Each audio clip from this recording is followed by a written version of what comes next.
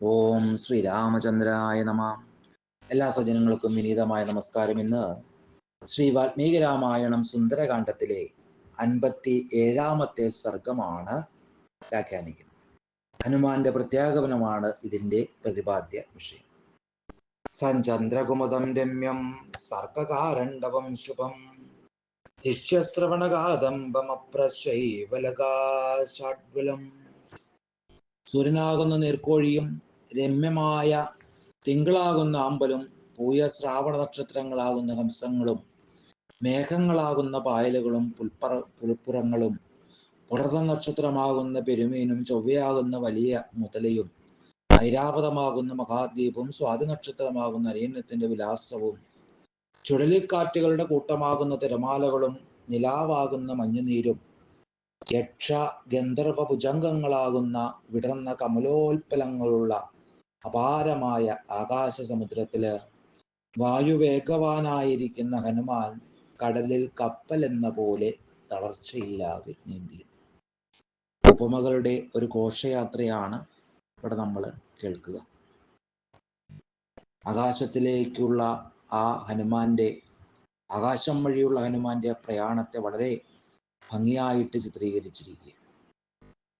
രസമാനയവാകാശം താരാതിവിഭോല്ലിഖൻ.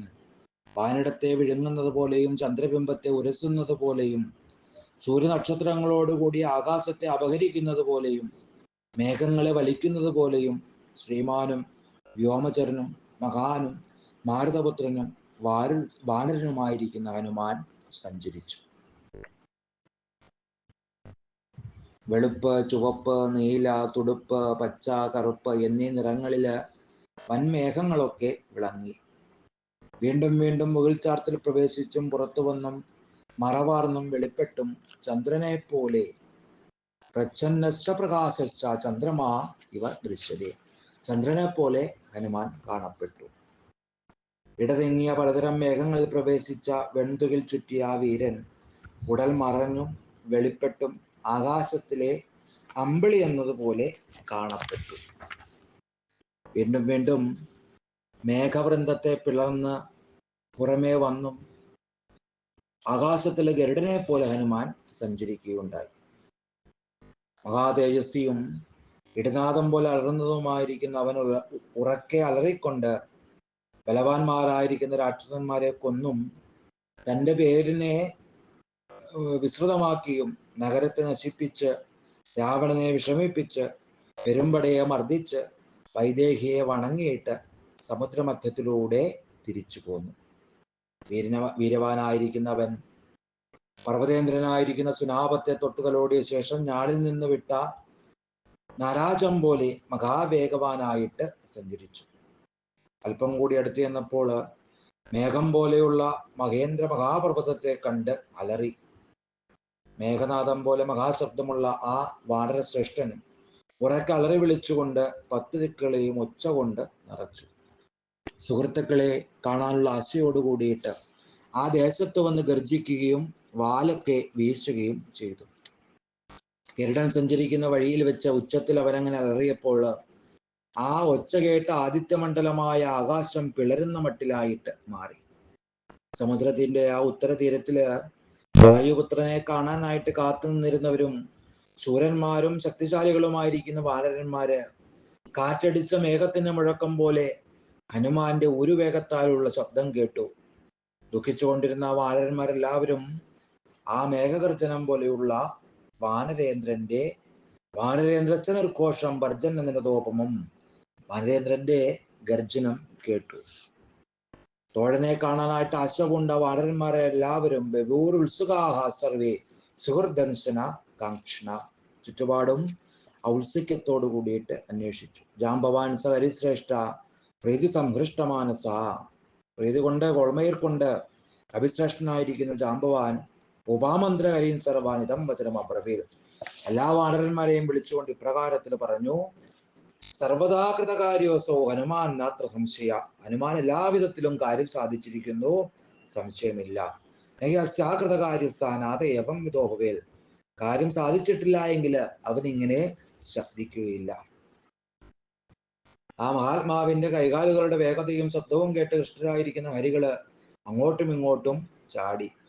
വൃക്ഷാഗ്രഹങ്ങളിൽ നിന്ന് വൃക്ഷാഗ്രഹങ്ങളിലേക്ക്, ശൃംഗങ്ങളിൽ നിന്ന് ശൃംഗങ്ങളിലേക്കും ഒക്കെ ചാടി നടന്ന ഹനുമാനെ കാണുവാനായിട്ട് കാമിച്ചുകൊണ്ട്, ആഗ്രഹിച്ചുകൊണ്ട് അവര് ആ സന്തോഷത്തെ പ്രകടിപ്പിച്ചു. കൊമ്പും പിടിച്ച് വൃക്ഷാഗ്രഹങ്ങളിലിരുന്ന വാനരന്മാർ സന്തോഷത്തോടെ വെണ്മയേറിയ വസ്ത്രങ്ങള് വീശുകയുണ്ടായി. ഗിരികഘോരസല്ലീനോ യഥാ ഗർജതി മാരുത. ഗിരികഘോരങ്ങളിൽ പ്രവേശിച്ചുകൊണ്ട് വായു ഗർജിക്കുന്നത് പോലെ വായുപുത്രനും ഹനുമാൻ ബലവാനായിരിക്കുന്ന ഹനുമാൻ ഗർജിക്കും. ആ വാടന്മാരെല്ലാവരും ആ വാനരവര്യനെ കണ്ടു. കാർമേഘജാലത്തെ പോലെ വന്നെത്തുന്ന വാനരവര്യനെ കണ്ട് കൈകൂപ്പി നിന്നു എന്നാണ്. തതസ്തു വേഗവാസസ്യ ഗിരേർ ഗിരിനിഭ കപി. ആ കവി, വേഗവാനായിരിക്കുന്ന പർവ്വതതുല്യനായിരിക്കുന്ന കവി ആ മഹേന്ദ്രഗിരിയുടെ മരങ്ങൾ തിങ്ങിയ കൊടുമുടിയിൽ വന്ന് ഇറങ്ങി.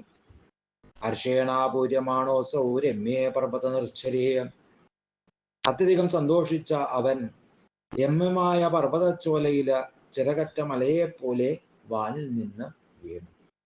തതസ്തേ പ്രീതമനസ സർവേ വാനരപുങ്കവാഹ ഹനോവന്തം മഹാത്മാനം പരിവാര്യോപതസ്ഥിരേ. തുടർന്ന് സന്തുഷ്ടന്മാരായിരിക്കുന്ന വാനരന്മാരെല്ലാവരും മഹാത്മാവായിരിക്കുന്ന ഹനുമാനെ ചുറ്റുനിന്ന് വന്ദിച്ചു.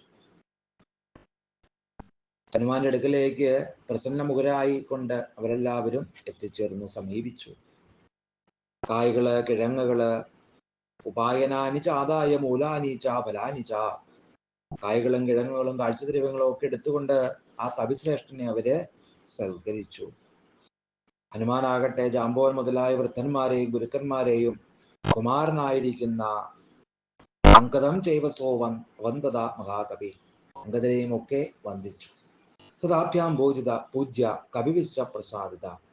അവരാൽ പൂജിതനും കവികളാൽ പ്രസാദിതനും സംപൂജനുമായിരിക്കുന്ന പരാക്രമി കണ്ടു ദേവിയെ എന്ന് ചുരുക്കത്തിൽ പറഞ്ഞു. ദൃഷ്ടാദേവി ഇത് വിക്രാന്ത, ഞാൻ ദേവിയെ കണ്ടു എന്ന് പറഞ്ഞു. അവനപ്പോൾ ബാലിപുത്രനെ കൈകൊണ്ട് ചേർത്ത് പിടിച്ച് മഹേന്ദ്ര പർവ്വതത്തിന്റെ മനോഹരമായ വനഭൂമിയിൽ ഇരുന്നു. ചോദിക്കപ്പെട്ട ഹനുമാൻ അപ്പോൾ ആ വാനരശ്രേഷ്ഠന്മാരോട് പറയുകയുണ്ടായി, ജനകപുത്രിയെ ഞാൻ കണ്ടു. എങ്ങനെയുള്ള ജനകപുത്രി? അശോകവനിതാ സംസ്ഥാന ദൃഷ്ടാസ ജനകാത്മജ യക്ഷമാണാസു ഘോരാഭി രാക്ഷസാഭിര അനിന്ദിത. അശോകവനികയിൽ ഇരുന്നവളും അതിഘോരകളായിരിക്കുന്ന രാക്ഷസികള് രക്ഷിക്കുന്നവളും നിർദോഷയും ഏകവസ്ത്രയും ബാലയും രാമദർശനലോലയും ഉപവാസ പരിശ്രാന്തയും കൃഷയും മലിനയും ജടാധാരിണിയുമായ ആ ജനകപുത്രിയെ സീതയെ ഞാൻ കണ്ടു എന്ന അർത്ഥവത്വം അമൃതോപവുമായിരിക്കുന്ന മാരുതിയുടെ വാക്കുകൾ കേട്ട് സർവേ മുദിതാ വാനരാഭവൻ, വാനരന്മാരെല്ലാവരും സന്തോഷവാന്മാരായി. ചിലര് അലറി, ചിലര് ആർത്തു, ചിലര് ഗർജിച്ചു, ചിലര് കിലകിലാരവം കൂട്ടി, ചിലര് പ്രതിഗർജനം ചെയ്തു. ചില വാനരന്മാര് സന്തുഷ്ടരായിക്കൊണ്ട് വാലൊക്കെ പൊന്തിച്ചു. ചിലര് നീണ്ടുരുണ്ട് അഴകേറിയ വാല് തെരുതെരെ ആട്ടി. ചിലര് ശൈലശൃംഗങ്ങൾ കൂടി ചാടിച്ചെന്ന് ആ ഹനുമാനെ ആലിംഗനം ചെയ്തു സന്തോഷത്തോടു കൂടിയിട്ട്. അങ്ങനെ ആ ആഹ്ലാദങ്ങളൊക്കെ വാനരന്മാർ പലതരത്തിൽ അവിടെ പ്രകടിപ്പിച്ചു. തുടർന്ന് ഹനുമാനോട് അങ്കദൻ ആ വാനരവീരന്മാരുടെ എല്ലാം മധ്യത്തിൽ വെച്ച് പറഞ്ഞു, അല്ലയോ വാനര, സത്വവീരങ്ങൾ നിനക്ക് സമാനനായിട്ട് മറ്റൊരു ആളില്ല. നീ വൻകടൽ ചാടിക്കടന്ന് തിരികെ വന്നുവല്ലോ. നീ തന്നെയാണ് ഞങ്ങൾക്ക് ജീവിതം തന്നത്. നിന്റെ പ്രസാദത്താല് കൃതാർത്ഥരായിരിക്കുന്ന നമുക്കെല്ലാം രാമനോട് ചെന്നു ചേരാം. നിന്റെ സ്വാമിഭക്തി, വീര്യം, ശക്തി എല്ലാം ഞങ്ങളിതാ മനസ്സിലാക്കുന്നു. നീ രാമപത്നിയും യശസ്വിനിയുമായിരിക്കും ദേവിയെ ഭാഗ്യം കൊണ്ട് കണ്ടു. ഭാഗ്യം കൊണ്ട് ആ കാകുൽസ്ഥൻ സീതാവിയോഗത്താൽ ഉണ്ടായിരിക്കുന്ന ദുഃഖത്തെയും ത്യജിക്കും. അതിനുശേഷം അങ്കദനെയും ഹനുമാനെയും ജാമ്പവനെയും ചുറ്റി സന്തോഷത്തോടെ വാനരന്മാര് വൻപാറകളിൽ ഇരുന്നു. ആ വാനരോത്തമന്മാരെല്ലാം സമുദ്രലംഘനത്തെക്കുറിച്ചും ലങ്കയെയും സീതയെയും രാവണനെയും ഒക്കെ കണ്ടതിനെ കുറിച്ച് കേൾക്കാൻ ആശിച്ച് ഹനുമാന്റെ മുഖത്തേക്ക് നോക്കി കൈകൂപ്പി ഇരുന്നു. അവിടെ വാഴുന്ന ശ്രീമാനായിരിക്കുന്ന അംഗദനാകട്ടെ ആ വാനരന്മാരൊക്കെ ചുറ്റപ്പെട്ടുകൊണ്ട് ദേവലോകത്തില് ദേവേന്ദ്രൻ ഇരിക്കുന്നത് പോലെ ഇരുന്നു എന്ന്. ഹനുമതാ കീർത്തിമതാ യശസ്വിന തഥാംഗദേന ഗതനത്തബാഹുന മുദാ തഥാധ്യാസിത ഉന്നതം മകൾ മഹീധരാഗ്രം ജ്വലിതം ശ്രീയാഹുവൽ. കീർത്തിമാനായിരിക്കുന്ന ഹനുമാനും യശസ്വിയും തോൾവണയണിഞ്ഞിരിക്കുന്ന അംഗദനും ആനന്ദപൂർവ്വം വാഴുന്നവനും മഹത്വമേറിയവനും സമുന്നതമായിരിക്കുന്ന ആ മഹാഗിരിയുടെ മേൽത്തട്ട് ശ്രീവിലാസത്താല് ശോഭിച്ചു. അപ്പോൾ ഇങ്ങനെ ഹനുമാൻ തിരികെ തൻ്റെ സതീർത്ഥരുടെ അടുക്കിലേക്ക് വരുന്ന കാര്യങ്ങളാണ് ഈ സർഗത്തിൽ നമ്മൾ കേട്ടത്.